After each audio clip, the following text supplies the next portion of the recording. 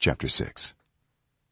The company of the prophets said to Elisha, "Look, the place where we meet with you is too small for us. Let us go to the Jordan, where each of us can get a pole, and let us build a place there for us to meet." And he said, "Go." Then one of them said, "Won't you please come with your servants?" "I will," Elisha replied, and he went with them. They went to the Jordan and began to cut down trees. As one of them was cutting down a tree, the iron axe head fell into the water. "Oh no, my lord," he cried out, "it was borrowed." The man of God asked, "Where did it fall?" When he showed him the place, Elisha cut a stick and threw it there, and made the iron float. "Lift it out," he said. Then the man reached out his hand and took it. Now the king of Aram was at war with Israel. After conferring with his officers, he said, "I will set up my camp in such and such a place." The man of God sent word to the king of Israel, "Beware of passing that place, because the Arameans are going down there." So the king of Israel checked on the place indicated by the man of God. Time and again Elisha warned the king, so that he was on his guard in such places. This enraged the king of Aram. He summoned his officers and demanded of them, "Tell me, which of us is on the side of the king of Israel?" "None of us, my lord the king," said one of his officers, "but Elisha, the prophet who is in Israel, tells the king of Israel the very words you speak in your bedroom." "Go, find out where he is," the king ordered, "so I can send men and capture him." The report came back, "He is in Dothan." Then he sent horses and chariots and a strong force there. They went by night and surrounded the city.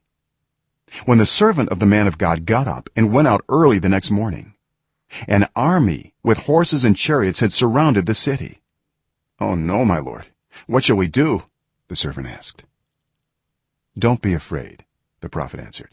"Those who are with us are more than those who are with them." And Elisha prayed, "Open his eyes, Lord, so that he may see." Then the Lord opened the servant's eyes, and he looked and saw the hills full of horses and chariots of fire all around Elisha. As the enemy came down toward him, Elisha prayed to the Lord, "Strike this army with blindness." So he struck them with blindness, as Elisha had asked. Elisha told them, "This is not the road, and this is not the city. Follow me, and I will lead you to the man you are looking for."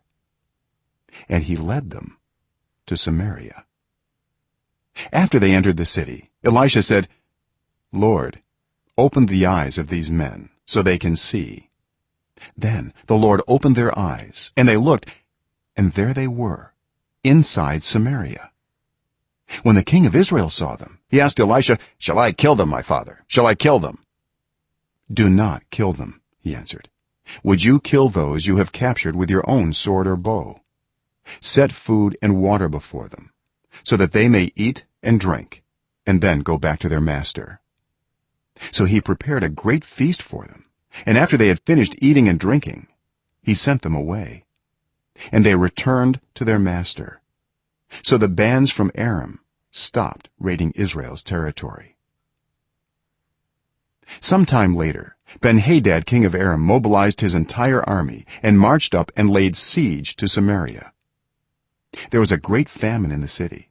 The siege lasted so long that a donkey's head sold for 80 shekels of silver, and a quarter of a cab of seed pods for 5 shekels. As the king of Israel was passing by on the wall, a woman cried to him, "Help me, my lord the king." The king replied, "If the Lord does not help you, where can I get help for you? From the threshing floor? From the winepress?" Then he asked her, "What's the matter?" She answered, "This woman said to me, 'Give up your son so we may eat him today, and tomorrow we'll eat my son.' So we cooked my son and ate him. The next day I said to her, 'Give up your son so we may eat him,' but she had hidden him." When the king heard the woman's words, he tore his robes. As he went along the wall, the people looked, and they saw that under his robes he had sackcloth on his body. He said, "May God deal with me, be it ever so severely, if the head of Elisha son of Shaphat remains on his shoulders today." Now Elisha was sitting in his house, and the elders were sitting with him. The king sent a messenger ahead, but before he arrived, Elisha said to the elders, "Don't you see how this murderer is sending someone to cut off my head? Look, when the messenger comes, shut the door and hold it shut against him. Is not the sound of his master's footsteps behind him?" While he was still talking to them, the messenger came down to him. The king said, "This disaster is from the Lord. Why should I wait for the Lord any longer?"